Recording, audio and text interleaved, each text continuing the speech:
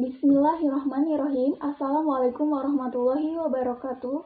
Nama saya Bariyah NIM 19142183. Saya di sini akan memaparkan hasil dari jurnal yang dibuat yang merupakan jawaban dari kuis mata kuliah Bank dan Lembaga Keuangan Syariah. Oke, baik, langsung saja. Jadi pembahasan jurnal tentang perkembangan bank dan lembaga keuangan syariah dimulai dari tahun 2014 sampai dengan 2019. Jadi, pada dasarnya entitas perbankan syariah di Indonesia itu sudah dimulai sejak dari tahun 1983 yang dimana keluarnya paket Desember 1983 atau yang biasa disebut dengan Pakdes 83 yang berisi sejumlah regulasi di bidang perbankan yang dimana salah satu peraturannya itu memperbolehkan bank untuk memberikan kredit dengan bunga 0% atau zero interest. Nah, seiring dengan berjalannya waktu, tidak terkecuali di Indonesia dengan mayoritas yang berkependudukan beragama Islam, sehingga memiliki potensi yang cukup besar untuk berkembang. Nah, oke, baik, langsung saja. Di sini saya akan memaparkan perkembangan bank dan lembaga keuangan syariah dimulai dari tahun 2014 hingga 2019. Jadi yang pertama itu pada tahun 2014. Nah, pada tahun 2014 ini dihadapkan pada sejumlah tantangan yang tidak ringan yang bersumber dari ekonomi global yang kurang memenuhi ekspektasi dan terus berangsur proses penyesuaian dengan ketahanan energi pangan, ekspor, dan infrastruktur domestik yang berdampak pada stabilitas dengan keseimbangan pertumbuhan ekonomi. Nah, walaupun dengan pertumbuhan ekonomi yang kurang memadai, namun perbankan syariah mampu menunjukkan pertumbuhan yang solid dengan ketahanan yang memadai dalam menangani resiko kredit, pasar, likuiditas, serta resiko lainnya. Tapi tidak menutup kemungkinan bahwa perlambatan pertumbuhan ekonomi juga dapat mempengaruhi pertumbuhan dari perbankan syariah. Aset perbankan syariah yang terdiri dari bank umum syariah atau BUS, unit usaha syariah atau UUS, dan bank pembiayaan rakyat syariah atau BPRS yang tercatat sebesar 278,9 triliun pada tahun 2014 atau 12,4% YoY. Namun dengan kondisi permintaan jasa dan barang yang lemah serta rejim suku bunga yang tinggi, perbankan syariah mampu mempertimbangkan daya saing baik konvensional berskala besar dalam menarik likuiditas masyarakat maupun dalam penyaluran pembiayaan. Jadi bisa dibilang pada tahun 2014 ini karena sistem perekonomian global yang turun sehingga potensi perbankan syariah pun juga ikut menurun.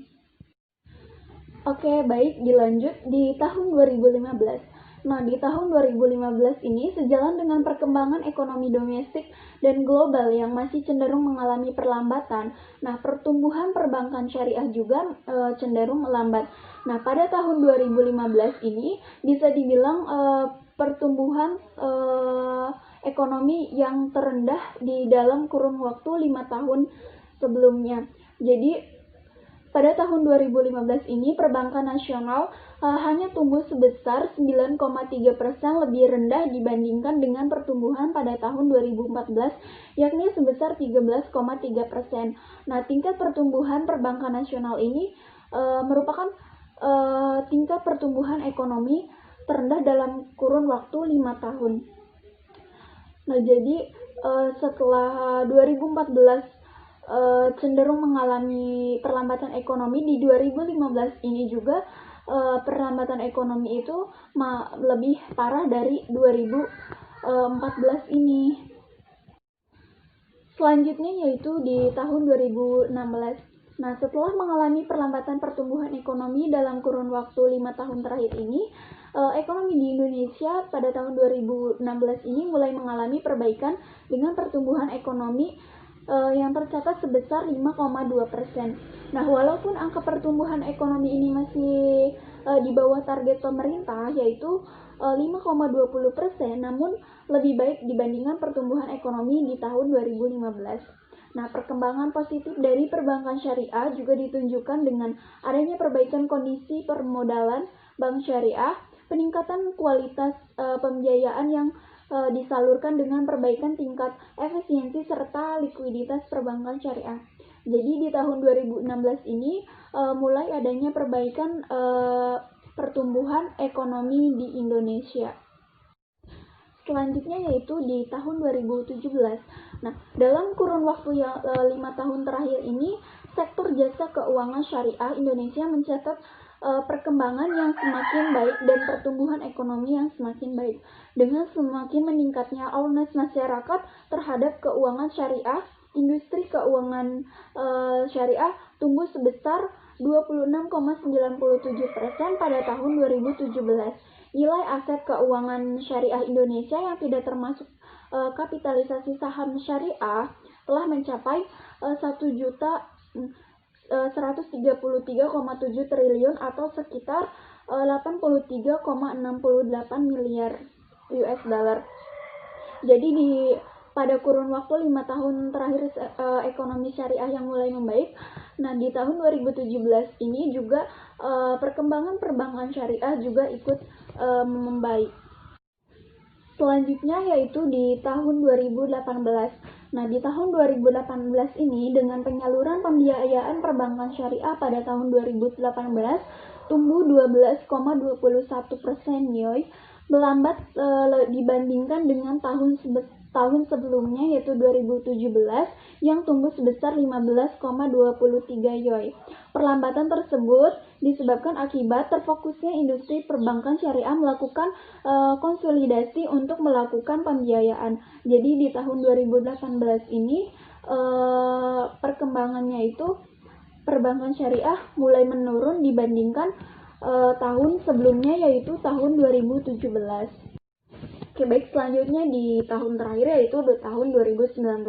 Nah, pada tahun 2019 ini perbankan syariah yang terdiri atas Bank Umum Syariah atau BUS, Unit Usaha Syariah atau UUS, dan Bank Pembiayaan Rakyat Syariah atau BPRS terus menunjukkan pertumbuhan yang positif, di mana di tahun 2019 ini kondisi ketahanan perbankan syariah semakin solid.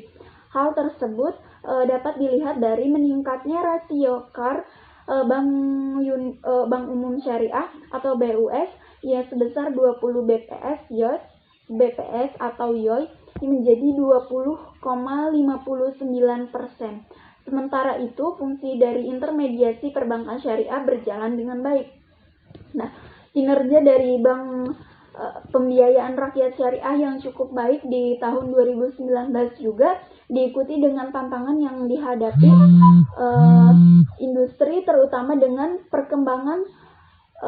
berkembangnya teknologi yang semakin pesat, sehingga perkembangan tersebut berpengaruh pada sektor keuangan dan non-sektor keuangan. Jadi dapat disimpulkan bahwa perkembangan dimulai dari tahun 2014 sehingga sampai dengan 2019 itu perkembangan ekonomi lembaga keuangan syariah dan perbankan syariah itu mengalami naik turun, di mana di tahun 2015 itu mengalami perlambatan ekonomi yang paling buruk. Nah, mungkin itu saja pemaparan yang saya sampaikan, kurang lebihnya mohon maaf. Wabillahi taufiq wal hidayah. Wassalamualaikum warahmatullahi wabarakatuh.